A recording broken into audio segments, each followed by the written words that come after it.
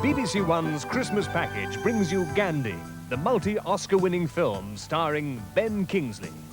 In this cause, I too am prepared to die. There is no cause for which I am prepared to kill. The agent's got a telegram, and it just said he is coming. My name is Gandhi, Mohandas K. Gandhi. Well, whoever you are, we don't want you here. What I would like to do is to come to some compromise over the new If you civil would excuse me, Your Excellency, it is our view that matters have gone beyond legislation. We think it is time you recognized that you are masters in someone else's home. When I despair, I remember that all through history, the way of truth and love has always won. Gandhi at 7:15 tomorrow on BBC One.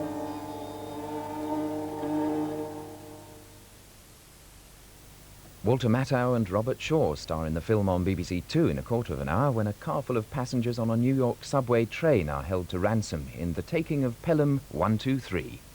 And a hold-up in BBC One's film in just over an hour causes an innocent citizen to be arrested when he's mistaken for an armed bandit in Hitchcock's chilling drama starring Henry Fonda as the wrong man at 11:15.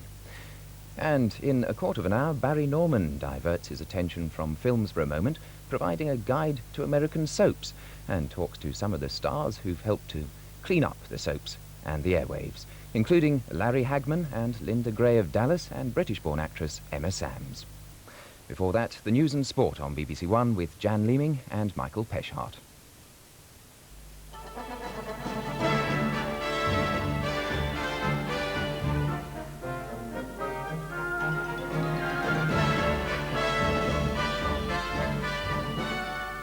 One of the Vienna Airport terrorists says, "We are the PLO." The Italians tighten airport security after the Rome massacre. The death toll is now 15.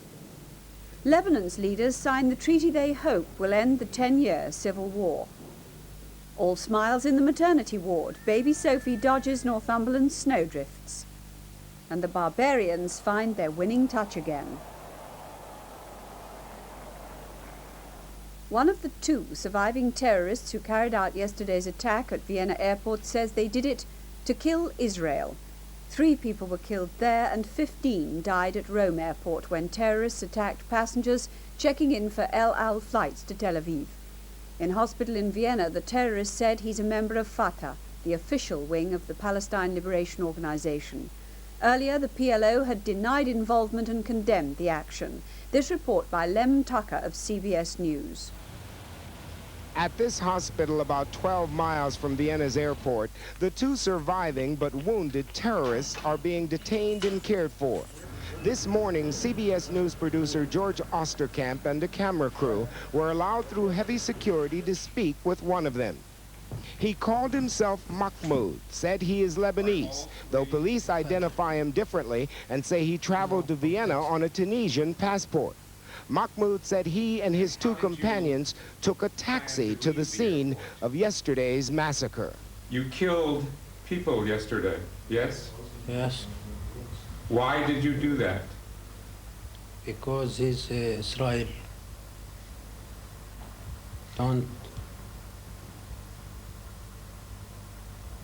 We kill Israel.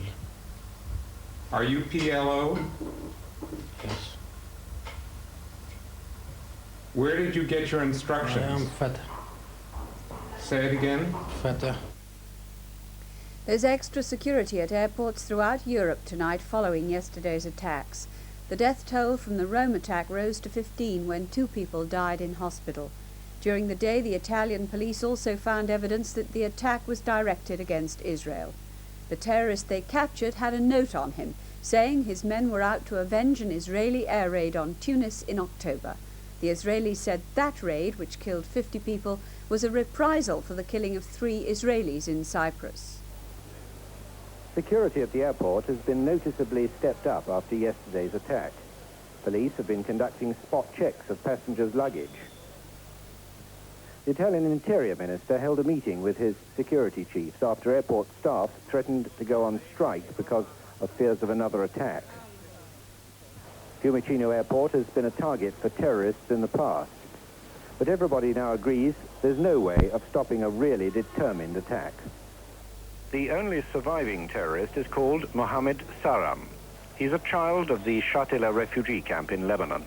He's 19 and says he belongs to a group called the Martyrs of Palestine. Saram is now under heavy guard in a military hospital where he's been interrogated by the judge in charge of investigations into yesterday's massacre. Police found a message on him saying, "We shall kill even your children," and "rivers of blood will be shed." Proof, they say, of the terrorists' intention to kill indiscriminately. The Italian Prime Minister, Bettino Craxi, has rejected accusations by Israel that Italy is too tolerant with Palestinian terrorists. But he regards the escalation of Palestinian terrorism inside Italy as a very worrying development. The attacks at Rome and Vienna airports were both aimed at passengers travelling on the Israeli airline El Al. Tonight, the police at Heathrow Airport were taking no chances as people checked in baggage on the first El Al flight to leave London for Tel Aviv since yesterday's attacks.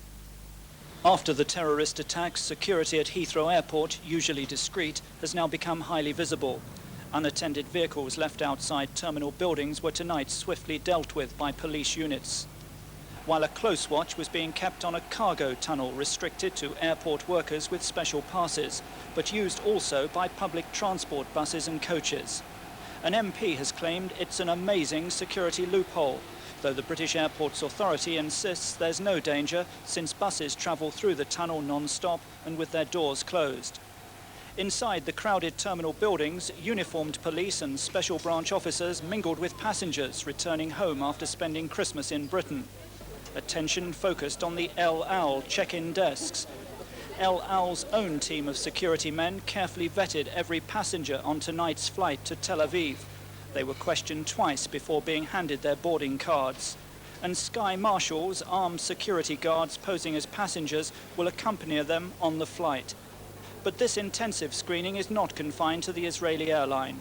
Many other Middle Eastern and European airlines are now reviewing their own security precautions against further terrorist attacks. Freezing weather and heavy snow made driving conditions treacherous in many parts of the country. The AA said it was stretched to capacity, with many motorists ill prepared for the bad weather. The worst hit areas were in Scotland and the northeast. Whitby in North Yorkshire was cut off for a time, and parts of the A1 between Morpeth and Belford were blocked. And further up the Northumberland coast, a pregnant woman had to be airlifted to hospital. The emergency came as heavy snow buried the northeast coast in drifts up to 3 feet deep. Northwesterly winds had swept the snow in from the sea, cutting off many coastal villages and several towns. A helicopter was called from RAF Boomer in North Northumberland to nearby sea houses to airlift expectant mother Pamela Atkinson 50 miles to hospital in Newcastle. There, this afternoon, she gave birth to baby Sophie, weighing 8 pounds 2 ounces. We were just going to come down in the car because we didn't realise it was so bad.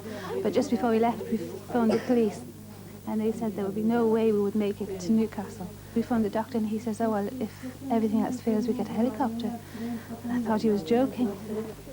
Hospital staff say mother and baby are both doing well.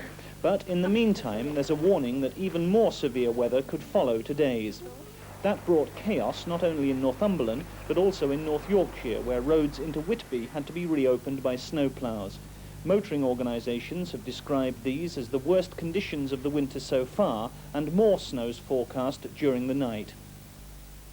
The leaders of Lebanon's warring factions came face to face today in the Syrian capital, Damascus. They were there to sign a peace agreement they hope will end the 10-year-old Lebanese civil war. The Muslim leaders, Nabi Berri and Walid Jumblat, along with Eli Hobeika of the Christian militia, all signed the Syrian-backed deal. This report from Gerald Butt. 3 months of extremely difficult talks in Damascus ended with the leaders of the Shiite Muslim, Druze and Christian militias finally putting their signatures to the documents. The signing took place in an atmosphere of euphoria, with